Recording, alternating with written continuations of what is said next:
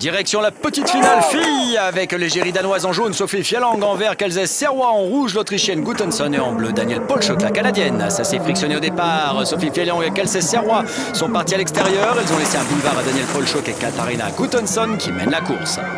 Sur la deuxième partie du parcours, Danielle Polchok mène sa course et gère son avance. En revanche, Katarina Gutensson a légèrement baissé de régime. Elle se retrouve avec Kelsey Serrois, ses basques, à l'affût de la moindre faute de trajectoire.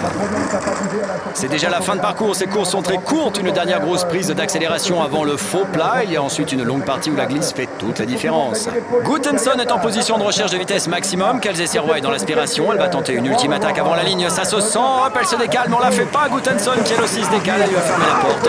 Danielle Polchok finit 5e de cette étape de Coupe du Monde de ski cross. Katarina Gutensson 6e, Kelsey Serrois 7e et Sophie Fjelang Soling termine 8e. Pas mal pour la Danoise qui a été tenue loin des tracés l'an passé sur blessure.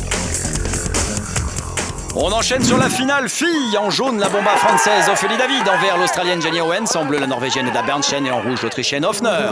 Ophélie David est à l'extérieur, Bernstern à l'inter par rapport à la première courbe en sandwich entre ces deux expertes du ski. Jenny Owens et Catherine Hoffner sont derrière. Les deux favoris prennent la tête. Berntsen a su profiter de son placement sur la grille de départ, poursuivi par la dangereuse Ophélie David, peu habituée à skier en second avec Catherine Hoffner juste derrière elle et Jenny Owens en 4 qui n'a pas lâché l'affaire. On arrive bientôt sur le corner. Ophélie David va choisir ce moment pour passer à l'attaque. Elle est là, ça ne passe pas, mais elle a été à hauteur de la Norvégienne. Hoffner, elle aussi, a profité de cette attaque manquée pour remonter et passer seconde. Grosse bagarre pour le trio de tête.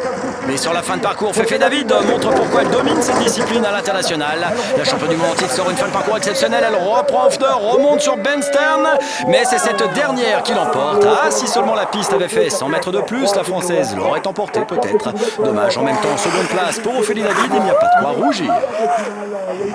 Bernstern en 1, David en 2, Hoffner en 3 et en 4, là aussi Jenny Owens. Voici la composition d'arrivée de cette finale fille. Une finale dames âprement disputée pour la grande joie des spectateurs, massée le long du tracé par ricochet pour vos yeux accrochés à l'écran du grand spectacle.